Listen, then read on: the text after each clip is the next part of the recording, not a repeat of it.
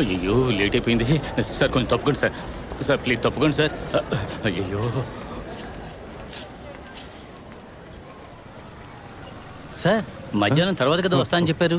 Good morning Kumar. మధ్యాహ్నం వరకు wait చేయలేకపోయాను, అందుకే. Okay sir. ఏ కోర్టులో ఉన్నారు? 5వ వార్డులోనా? ఏంటి సార్ నేను చెప్పింది మర్చిపోయారా? మెజిస్ట్రేట్ కోర్టుకు రండి సార్. తర్వాత వారెంట్ తీసుకోవడం మర్చిపోకండి సార్. 100 పనులు ఏం చేయాలో అర్థం కావడం లేదు. తర్వాత మీ విషయం గురించి ఒక వకీల్తో మాట్లాడాను. ఉండండి, మళ్ళీ మాట్లాడి చూస్తాను. ఆయన బాగా ఎక్స్పీరియన్స్ ఉన్న వకీలేగా. ఏంటి అలా అడిగారు? మేము చాలా అనుభవం వాళ్ళతో మాత్రమే డీల్ చేస్తాం. ఆయన చాలా బిజీ, ఏ కోర్టులో ఉన్నారో తెలుసుకోవడమే కష్టం.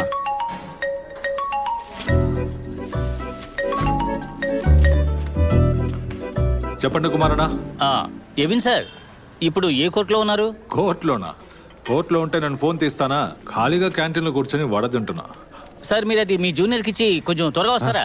అయ్యో, అతను వచ్చేసాడా? 2 నిమిషాలు వస్తున్నా. అతన్ని పట్టుంచండి, పారిపోతాడేమో. ఏంటి వకీలు, కోర్టు గౌన్ తీసుకుని బయలుదేరావు? కంగారు పడకండి, పని మీదే వెళ్తున్నా. సరే, ఈ బండిల్ మార్నింగ్ ఇది మధ్యాహ్నం కేస్తి. మధ్యాహ్నం ఇస్తా. మర్చిపోవద్దు.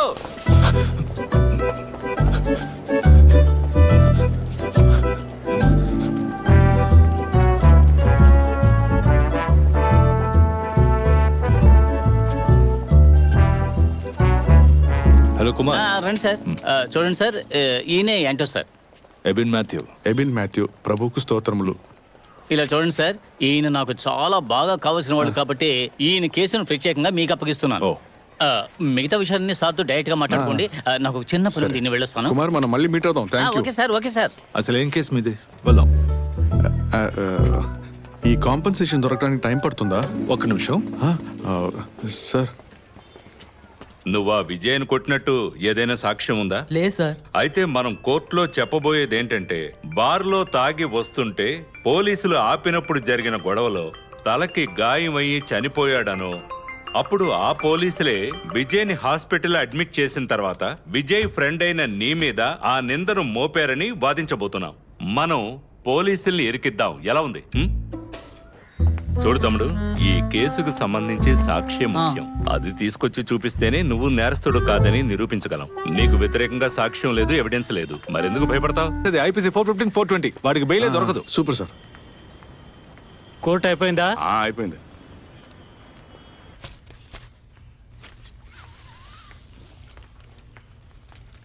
లోపల ఎవరున్నారు? జామీన్లో వచ్చిన పార్టీ. ఓ, దీనికి అబ్జెక్షన్ రెడీ చేయండి. ఎలా కట్టాలో కూడా నేర్చుకోలేదా మాధవి? మేడం పెద్ద వకీలు, కానీ ఫైల్ ఎలా కట్టాలో కూడా తెలియదు.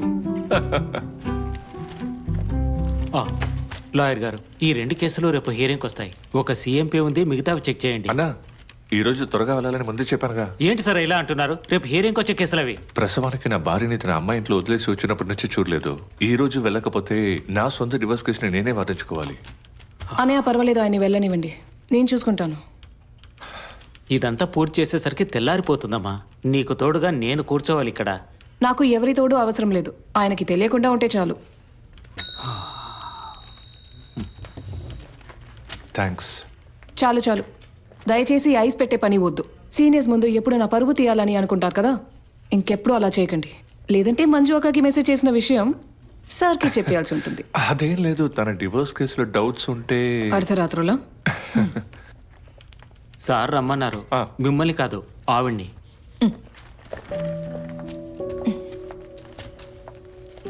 ఛార్జ్ షీట్ రానివ్వండి, ఆ తర్వాత మనం ఎఫ్ఐఆర్ సంగతి చూసుకుందాం. సార్, ఈఎంఐ నేను చెప్పింది. మాధవి, వీళ్ళే bail assurity. Hello hello. Aadhaar card copy, tax pay చేసిన రిసిప్ట్స్ అన్ని ఉన్నాయి. రేపు మధ్యాహ్నంలోగా ఎగ్జిక్యూట్ చేసేయండి. ఓకే.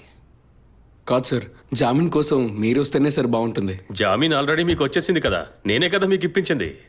ఇది కేవలం డాక్యుమెంట్ సబ్మిట్ చేసే విషయమే, అది మాధవి చూసుకుంటుంది. అది ఓకే సార్, కానీ ఏదైనా సమస్య వస్తే వీళ్ళందరూ ఫ్రెషర్స్ కదా. మాధవికి చాలా ఎక్స్పీరియన్స్ ఉంది, పైగా ప్రాబ్లమ్స్ ఏమీ రాకూడదనే కదా ముందుగానే డాక్యుమెంట్స్ అన్ని తీసి పెట్టుకునేది. మీరేం భయపడకండి.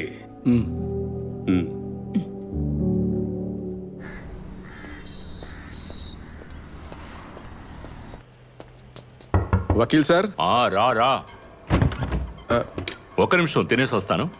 సారీ, నేను తెలియకుండా వేరే ఆఫీస్కి వచ్చాను. అదేం పర్వాలేదు, వచ్చేసరిగా కూర్చోండి.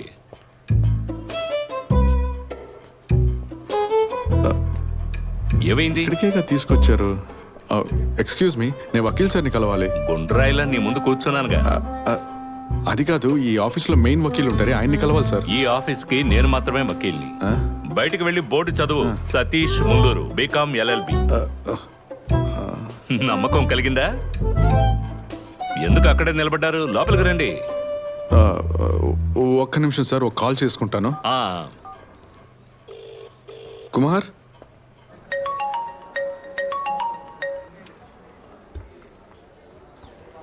వాడికి నేను అన్ని విషయాలు చెప్పాకే పంపించాను.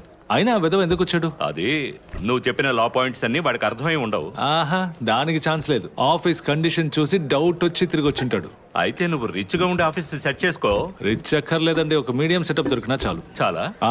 మాట మార్చవుగా. మన సురేంద్ర గారు ఆఫీస్ మార్చబోతున్నారని విన్నాను. నువ్వు ట్రై చేస్తావా? వెళ్ళి చూద్దామా? రెంట్ ఎంత ఉంటుంది? నెలకు 15,000. ఒక మంచి ఆఫీస్కి ఆ మాత్రం ఇవ్వాలిగా. మనకు వస్తే కదా ఇవ్వడానికి.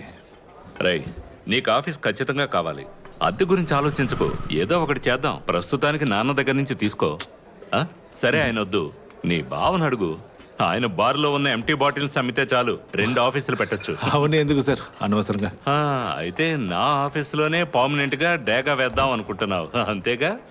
మీరే కదా సార్ నాకు ఒక బత్తాయి జ్యూస్. వినడానికి విషయం బాగానే ఏంటి? ఉంది. దేని గురించి అంత సీరియస్ గా డిస్కషన్ చేస్తున్నారు? ఒక ఆఫీస్ స్పేస్ ఖాళీగా ఉంటే అద్దెకి తీసుకోమని చెప్తున్నాను. జరిగే విషయం అయితే చెప్పండి.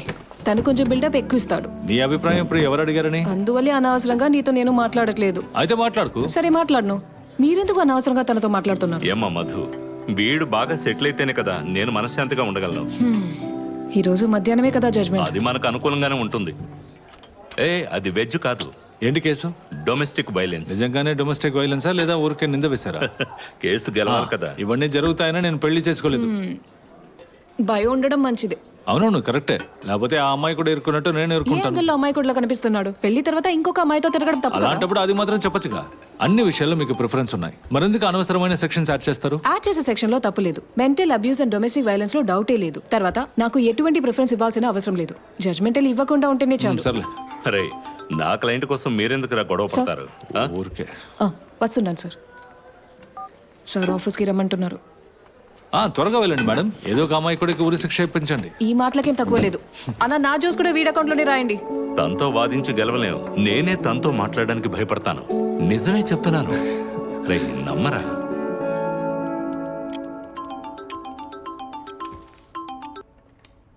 బయలుదేరుతున్నాను. బాయ్ మా. నాకా? ఎందుకు? నాకు తోడుగా చెరి అన్నయ్య కూడా ఉన్నారు. లేట్ అవదు, వస్తున్నా.